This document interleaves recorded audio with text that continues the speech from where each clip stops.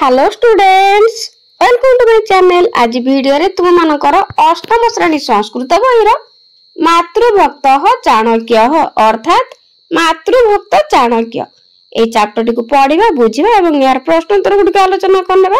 ता सहित तुम मानकर परीक्षा रे किबळी भाबरे क्वेश्चन आसीबो से गुडी को मध्ये आलोचना करनेबा। प्रथमे पढ़नेबा शिशु चाणकस्य मात्रा सह संभाषण। शिशु चाणक्य आउ तांको मां सहित कथावार्ता।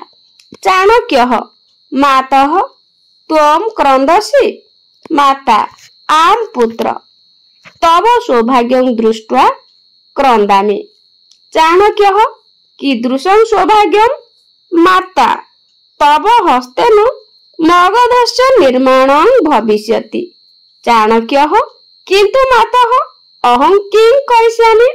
माता पुत्र त्वं मगधस्य प्रधान अमात्यः भविष्यसि। चाणक्य कहउचंती मां तुमे कांदुछ।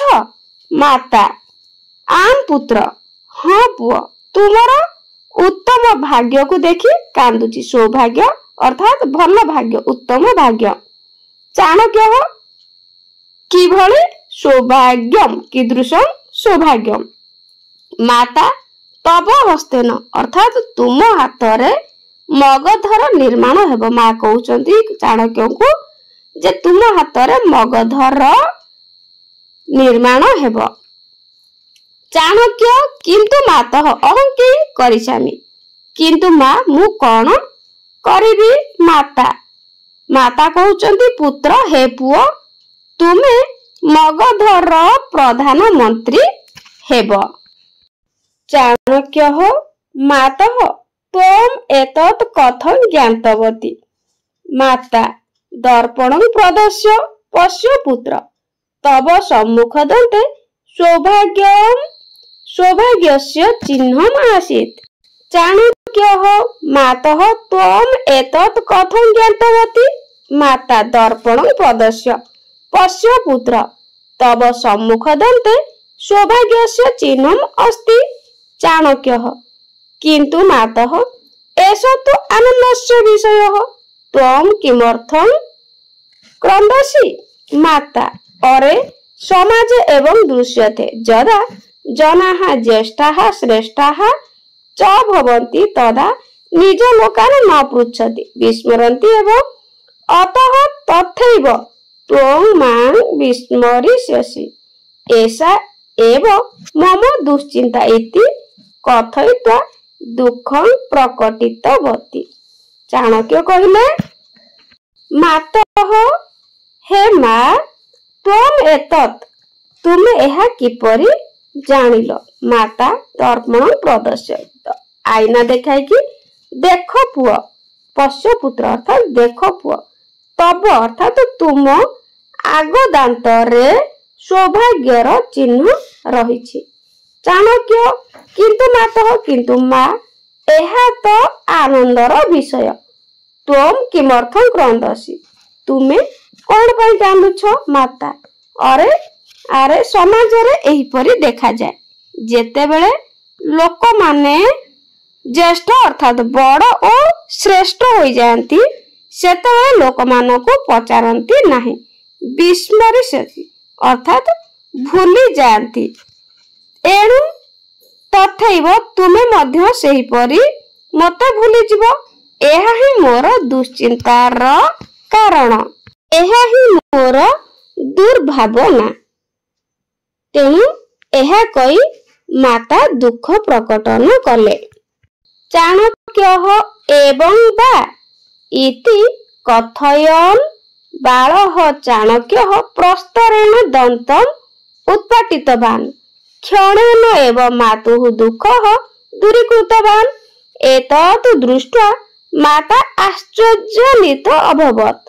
तस्याः नेत्राभ्यां लोतकबिन्दवः निर्गताः। माता पुत्र तव हस्तेन मातृभूमेः मङ्गलं भविष्यति देशस्य इतिहासे तव नाम स्थास्यति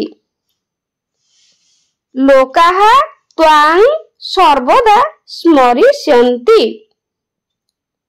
एतत् मम आशीर्वचनम इति सा कथितवती।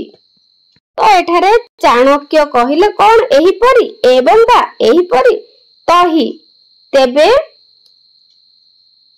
तहि पश्य तेबे देख इति कथयन एहा कहि बाल चाणक्य शिशु चाणक्य प्रस्तरेण अर्थात पत्थर रे दांत को उपाड़ी देले।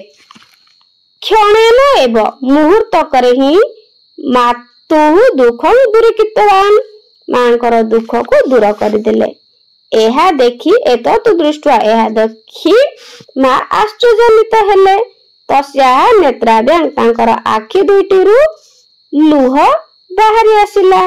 माता माता कहिले पुत्र हे पुओ तब हस्तेन तुम हाथ में मातृभूमिर मंगल अर्थात कल्याण हेब। देशर इतिहास रे तुमर ना रहिब। लोक माने तुमको सर्वदा मन रखिबे एहा मोर आशीर्वाद। कालांतरे अर्थात समय क्रमे कालांतरे एषः चाणक्यः कौटिल्य रूपेण ख्यातः अभवत्। सः राजनीति शास्त्राणि अर्थशास्त्राणि च संस्कृतेन रचितवान्। नन्दवंशस्य विलोपं च कृतवान्। चन्द्रगुप्तस्य हस्ते शासनभारम् अर्पितवान्। स रामायणस्य वाक्यम् उद्घोषितवान्। जननी जन्मभूमिश्च स्वर्गाद् अपि गरीयसी।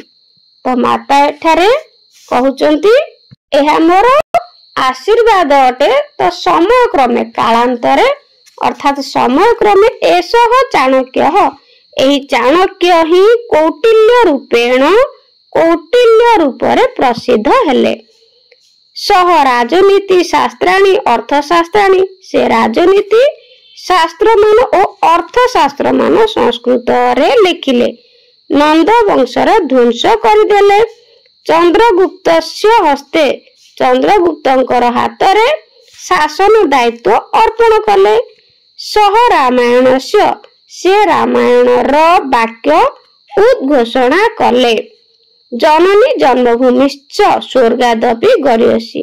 जननी आउ जन्मभूमि स्वर्ग ठारू बड़ अटे।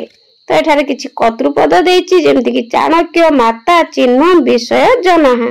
सेपरि क्रियापद क्रंदसी भविष्यसि विस्मरिष्यसि स्थास्यति स्मरिष्यन्ति। वर्तमान यार प्रश्नोत्तर गुड़िक आलोचना करना। 1 नंबर उचित पदन शून्य स्थान पूरयत। उचित पद सहित शून्य स्थान पूरण करबा। क तब हस्तेन मगधस्य डैश। तब हस्तेन मगधस्य निर्माण डैश। तो निर्माण एठी भविष्यति। सेपरि खरे किंतु मातः अहं किं करि श्याम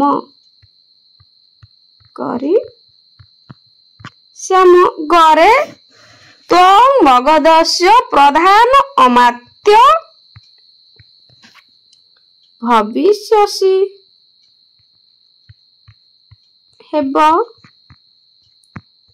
तापर घ लोकाः त्वां सर्वदा लोक माने तुमको सर्वदा स्मरिष्यन्ति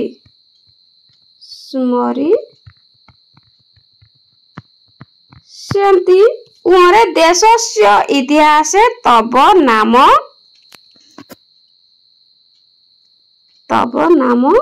स्थास्यति।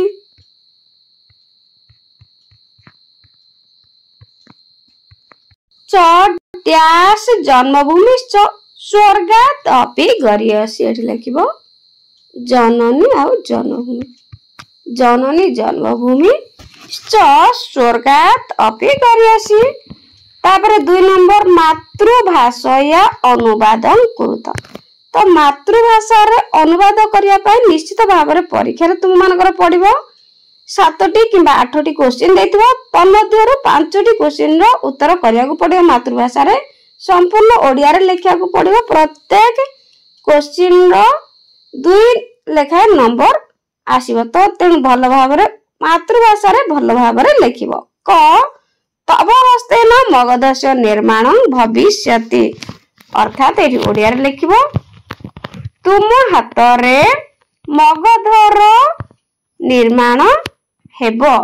से भली खरे लिखिबो तुमर आग दांतरे उत्तम भाग्यर चिन्ह अछि। से भली घर लिखिबो तुमे कोन पाई कांदुछ घरे एणु सेही परि तुमे मते भूली जिवो। उरे तांकर दुई आखिरु लुह बिंदु मान बाहरिला। चाणक्य कौटिल्य रूप में प्रसिद्ध हेले। 3 नंबर शुद्ध शब्द रचयत। एपट सेपट करिकी शब्द देइछि तो सेगुडी को आमे सजेकी ठीक शब्द करिकी लिखिबा। जेमिति कि मधगस्य सजाड़ी के लिखिले मग धस्य। सेही परी देखो पिला माने करे देइछि ककुस्य भी तो एठी लिखिबो भिक्षुकस्य।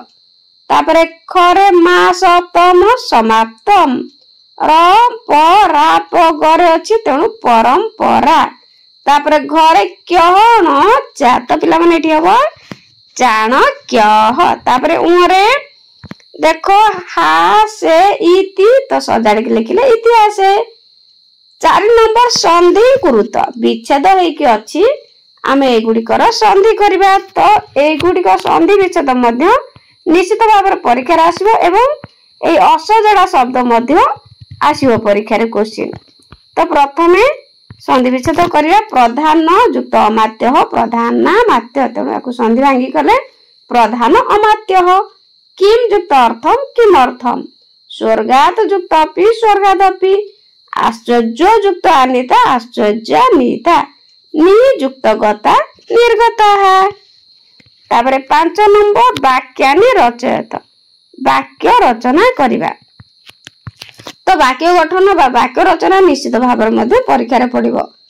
प्रथमे भविष्यति करिष्यामि स्मरिष्यन्ति स्थास्यति विस्मरिष्यसि एगुडिकर वाक्य रचना करिबा। प्रथमे भविष्यति लोके अचन समर्जः भविष्यति करिष्यामि किंतु मातः अहं किं करिष्यामि स्मरिष्यन्ति लोकाः द्वां सर्वदा स्मरिष्यन्ति स्थास्यति प्रधानमंत्री विल्या स्थास्यति विस्मरिष्यसि अतः तथैव त्वं मां विस्मरिष्यति। तो पिला माने वीडियोटी केमति लागिला कमेंट रे निश्चित जणाइबो। मन देकी पाठ पढिबो। आज पई रहउची थैंक यू।